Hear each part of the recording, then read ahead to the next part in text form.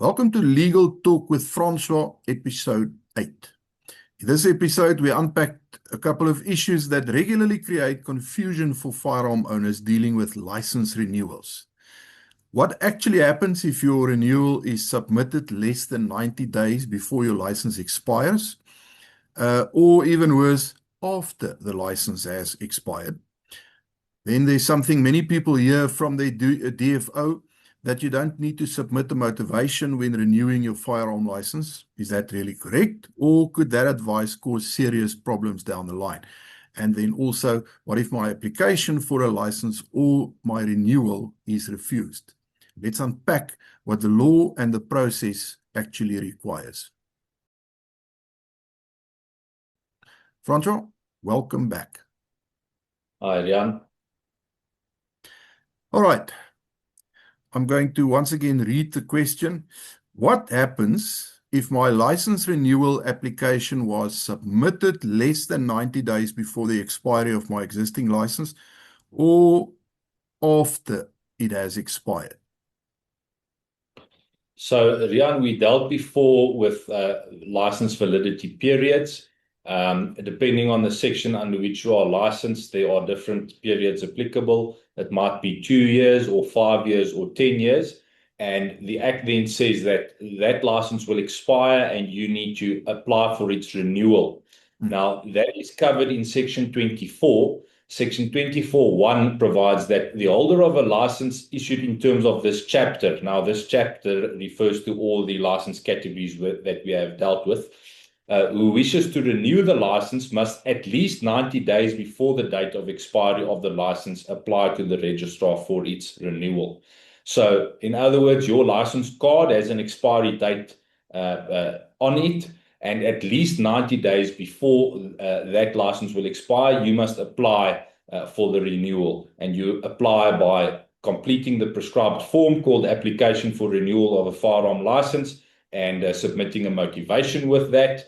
We'll get to that requirement now, or the question regarding whether that is a requirement. And yes, it is then processed, and subsection 4, 24 subsection 4 says that if an application for the renewal of a license has been lodged within the period provided for in subsection 1, the license remains valid until the application is decided. Okay, so let's unpack that. You must apply for the renewal at least 90 days before the license expires. If you do so, your license then remains valid until the renewal application is decided. What happens if the 90 days have come and gone, but the license has not yet expired? Well, typically your designated firearms officer will still accept that renewal application. Your license is then obviously still valid at the point when the application for renewal is lodged. Technically speaking, if you look at the wording of Section 24(4), it says that the license will remain valid until the application is decided if you lodged within the time provided for in 24(1). In other words, at least 90 days. So that would mean, strictly speaking, if you submitted after 90 days, but before the expiry, you can technically not rely on Section 24(4) to say that your current license now remains alive or valid until one day when the renewal is finally processed. But in practice, as I say, the police typically do accept a renewal application which is, let's say, late, but it is not past the expiry of the existing license. And in practice, their approach has been to then apply Section 24(4) in this instance as well. So in other words, if you submitted your renewal application, provided it's before the expiry of your license, they still typically grant you the protection under Section 24(4). It's not for them really to decide on the law or not. So the law is the law, and somebody could argue that if you issued or if you applied within that 90-day period and not before it, your license is not valid until the application is then decided, meaning that there would be this period in between. The question then becomes, are you then in unlawful possession, or what are the repercussions? But no need to get technical, at least as a general approach, because typically, as I say, if you do apply at least before the expiry date, they generally process the renewal, and you generally don't have a problem. As far as what if your license has already expired, in the past, as you might know, the police did allow people to renew expired licenses. The prescribed renewal form even asks, did you renew at least 90 days before? If not, provide reasons. Did you renew after 90 days but before expiry and provide reasons, or did you only apply after expiry and provide reasons? So based on the contents of the form, it would seem that one can apply for the renewal of an expired license. However, this issue was litigated quite thoroughly, and in 2017, the Constitutional Court, the highest court in the land, basically ruled that an expired license is no license at all, and that if you are in possession of an expired license, you are no longer in possession of a license, and therefore your possession is deemed unlawful. As a general rule, there are obviously many exceptions, and you have to determine criminal culpability on an individual basis. So it might be that a person had an expired license, but they have a legal defense which might save them from a conviction of unlawful possession.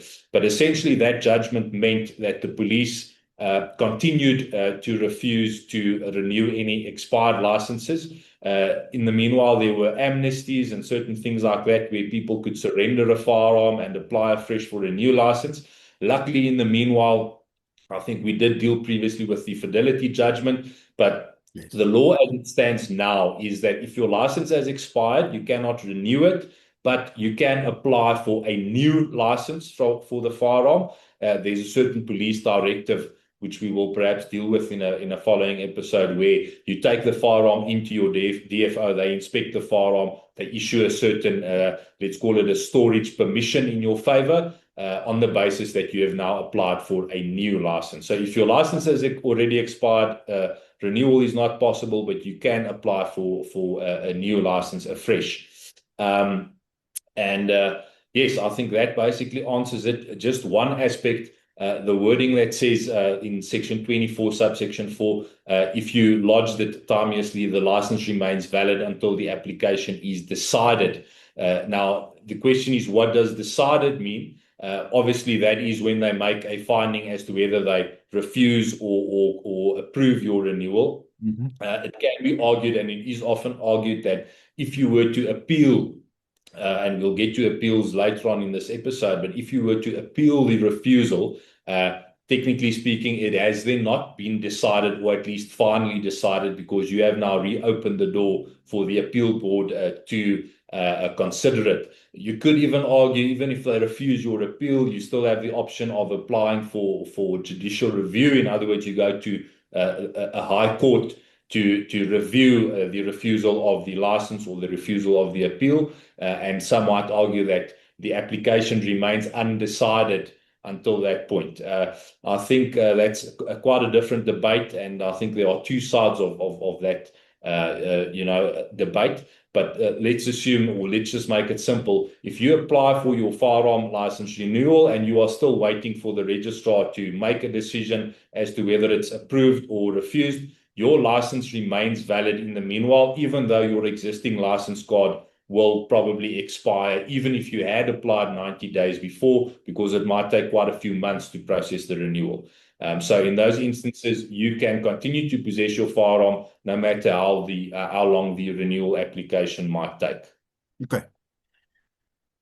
Next question. According to my DFO, I do not need to submit a motivation when I renew my license. Is this correct? The short answer is no, Rian. I know that in practice, many designated firearms officers say that you don't need to submit a renewal motivation with your renewal application, or similarly, some of them might even not allow you to do so. So they will, in other words, take your motivation out and only submit the prescribed form for renewal. However, the reason why I say this approach is incorrect, subsection 3 of section 24 says that no application for the renewal of a license may be granted unless the applicant shows that he or she has continued to comply with the requirements for the license in terms of this act.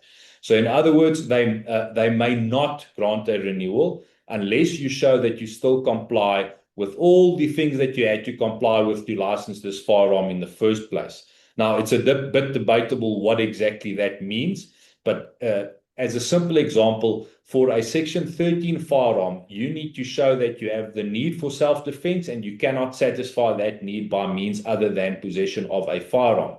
So with a renewal, you need to do the same thing. And that requires, once again, it's debatable how far you need to go with your motivation. But at the very, very least, you might need to make the positive, statement to say that I still have a need for a firearm for self-defense. I still cannot, satisfy my need for self-defense by means other than a firearm. Or in the case of a dedicated hunter, you must say that I'm still a dedicated hunter. I still belong to the association. Here's my proof of that, etc. I know that in practice, many renewal applications get renewed almost as a matter of procedure, I would say, in the absence of motivation confirming that the applicant still complies with all the requirements. But if you were to be refused in that instance, what are you going to do? Because they can simply refuse you based on Section 24, subsection 3. You did not prove that you still have a competency. You did not allege that you are still an occasional hunter. You did not prove that you are still, in good standing with your association if you are a dedicated hunter or sport shooter, etc. So I would definitely advise you include a motivation in your renewal. You will note that the prescribed form also has a certain section that asks, for the motivation as to why you continue to require the firearm. You can decide, and it's an open debate, how far you must now actually go. But at least you must comply with subsection 3, and that does require at least some extent of a motivation. So make sure you have that there. We'll get to appeals now, but you cannot, when you are refused for a seemingly valid reason, you cannot after the fact go and comply and then hope the appeal board will grant your appeal. An appeal is not a second bite at the cherry. It's essentially a review, not in the legal sense, because a review and an appeal are two different things. But the appeal is essentially a second look or reconsideration of your initial application to decide whether or not the decision was correct. So it's not a second bite at the cherry or an opportunity for you to go and fix or include something that should have been there from the start. Okay, generally, there's an exception to that we will deal with, but that's the general rule. So make sure when you renew that you have all your documents and all your statements in a row so that they do not have a reason to refuse the renewal. Okay, now we get to the appeals. Final question for this episode 8. What if my application for a license or renewal is refused? Yes, that then essentially, we've now already said that you can appeal. Section 128 of the Act provides for the establishment of an appeal board. This board consists, or should consist, because it's not in existence as we speak, and we'll get to that now. But this board must consist of a maximum of 5 members who are appointed by the Minister of Police, and they must be broadly representative of the population. So there must be some variety in terms of what they look like and where they come from and things like that. Section 133 basically establishes the right to appeal. And this section provides that any person whose application for a competency certificate, license, permit, or authorization in terms of this act has been refused, or a person whose competency certificate, license, or authorization or permit has been cancelled, or a person who's been issued who has had their license or their permit or authorization issued subject to certain conditions that they are obviously then not satisfied with, or a person who has received a notice of an administrative decision in terms of the Act which detrimentally affects his or her rights, may appeal to the appeal board in the prescribed manner. Now, this last example, an administrative decision, that might, for instance, be where you are declared unfit to possess a firearm in terms of Section 102 of the Act, and certainly that does detrimentally affect your rights. You can apply for essentially to the appeals board in the prescribed form for them to reconsider this decision. Now, the appeal board may confirm, vary, or reverse any decision against which an appeal has been lodged. So they have quite a broad discretion or jurisdiction, you can say, because they can confirm a decision. In other words, they can say, no, we agree with the refusal. They can vary the decision, so they can, in other words, make it a different finding, or they can reverse the decision. So it's not just that they say, yes, we agree, or no, we don't agree. They can do something in between, essentially, and make a different finding that would then be applicable and apply to your application as the final decision, unless you were to take it further to a court. Okay. Now, I mentioned that. Sorry, Riaan, do you have a question there? No. I just said okay. Sure. I mentioned that generally an appeal is not a second bite at the cherry. So they basically look at the application that you submitted at the outset, and therefore you must ensure that such application is complete and satisfactory. But subsection 3 of section 133 does provide that the appeal board may admit evidence of fact not before the registrar when he or she made the decision. In other words, when they, let's say, refused your license application. And this additional evidence may only be admitted if there's a reasonable explanation for the failure to timeously inform the registrar of that fact, or if the registrar has had sufficient opportunity to verify the fact, and if the registrar has had the sufficient opportunity to verify the facts and to present any evidence to the appeal board. So in short, if you want to supplement your application later on, you must explain to the appeal board and convince them why you didn't include that information earlier on. And then also it will be referred to the registrar, that additional information, for them to also give their input as to that. And then subsection 4 of section 133 says that subject to the provisions of this act, no person is excused from complying with any of the provisions of this act on the ground that an appeal is pending in terms of this section. So in essence, that means just because you have appealed doesn't mean that whatever decision was made is now suddenly invalid or is now suddenly suspended. For instance, in the section 102 instances or 103 where you are declared unfit, even if you appeal, that doesn't mean that the declaration of unfitness is now suspended. You must still then surrender all your firearms, etc. And if you appeal, you have to wait for the outcome of that appeal until the status quo will change. That is the general rule. There are certain exceptions because it provides that it is subject to the provisions of the Act. Now, when it comes to the appeal board, that's this board of maximum 5 people who need to now consider the appeal. Regulation 90 of the Act creates various provisions as far as the constitution of the board itself and how it must function, the procedures that it must follow. Regulation 91 sets out the procedure that the applicant or the appellant, if I can call it that, the person who is appealing must follow. And that provides that this person or his or her legal representative must, within 90 days of the date on which the decision was made, you must submit the appeal in the prescribed form. There is a certain prescribed SAPS form that must be completed, and with that you must submit your written submissions in support of your appeal. There is provision for a late appeal.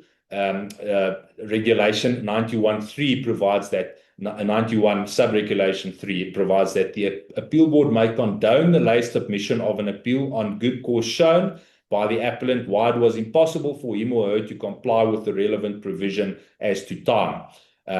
Or that there are any other sound reasons why the appellant cannot or could not comply with such provision. So essentially you can appeal late if you can say, for good reason, I couldn't appeal earlier. What happens often is the decision is made of the refusal on a certain date, but not always do they send the applicant those SMSs that confirm whether the license was approved or refused. And 90 days might come and go before you actually get written confirmation of the refusal of your application. And in that instance, you should qualify to appeal late. Also included in this procedure is that the appeals board will request the input from the person who made the decision. So they will be given an opportunity to counter your appeal, in essence, to say why the refusal was justified. This regulation always also provides for the time periods within which the appeal board must then respond and make a decision, etc. Now, as I mentioned, at present, the appeal board does not exist in the sense that the minister has failed to appoint persons to the board, and as such, in effect, it is impossible for you at this point to have your appeal processed. Now, to their credit, GOSA, Gun Owners South Africa, have recently issued an application to the High Court where they are essentially asking the court to declare the minister's failure to constitute the board as unlawful, and to get certain relief to force the minister to appoint the members and to ensure that the appeal board actually processes all the appeals that are before them. But anybody who has dealt with the appeal board in the past will know that more often than not, things happen really, really slowly. We'll see what happens with GOSA's application, but I did have a look at it, and I think it's a good application, and I think it's clear from the provisions of the Act that the minister is currently not doing what is clearly a legal obligation in terms of the Act. So yes, that's the process if you are unsatisfied with a certain decision. What you can also do in practice, and what we see often, is that a person simply reapplies for, let's call it, a license in this instance, because they might see that, okay, the refusal reason has merit, or it arguably has merit. Or it's simply a case of, I don't have the time to wait for an appeals board that isn't even in existence apparently at this time, and therefore I'm simply going to reapply, and this time I'm going to have a better motivation or hope that I get a better result. Because the refusal reasons that you do see, there is a wide variety of them, but they range from, I think, completely valid reasons to totally ridiculous, and everything in between. So that's basically the one option, is to reapply. And then I mentioned earlier judicial review. That would be where, let's say, your appeal is then also refused, and then you go to the High Court and say to the court that the court must now intervene and either approve my license on behalf of the registrar or the appeals board, or it must order the appeals board or the registrar, perhaps depending on the circumstances, to reconsider my application or whatever it is. So I won't get into all of that. At present, let's say your license is now refused, and you know that it's futile going to the appeal board because they haven't been constituted. Then it's a whole different question as to whether you go direct to the High Court for intervention, and what you can ask the court to do. Generally, I can make the following comment. The courts are reluctant to take over the administrative functions of other entities. They will more likely order those entities or persons to do their job rather than doing their job for them. So what I mean by that is, as a general rule, the court would rather say, order the registrar to consider your application, which has been lying on somebody's desks and not moving, or the appeal board to make a finding, rather than the court saying, I decide that your license is approved, or I order the registrar to issue your license. But if you can show, and there's a whole legal test that applies to that, but if you can show that, listen, this is a straightforward decision, there's no reason to refer it back to the registrar. It's clear that they've simply made a mistake, And I don't want to have to go through all of that again. Then in certain instances, the court will make an order to say that your license is approved, or the registrar is ordered to issue your license. So in some instances, they will essentially take that power and discretion away and step into the shoes of either the appeal board or the CFR, but that is the exception, not the rule. So generally speaking, you have to go through the motions, and you have to make sure that you push them to finalize your paperwork. And if that is not satisfactory, you have the appeal option, you have the review option, or you have the reapply option. Okay. Well, I think a word of thanks to GOSA is in order for taking this matter on behalf of the firearms community. I think it's crucial. And at the same time, I think it's terribly sad that it has to come to something like that, because, in an ideal world, it should not be necessary. That should have just been sorted. But this is where we are at.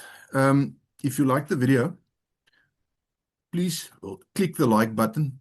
Please subscribe to the channel. And as always, please smash that bell icon so that you can get notifications of new videos. If you have more questions that you would like us to look at,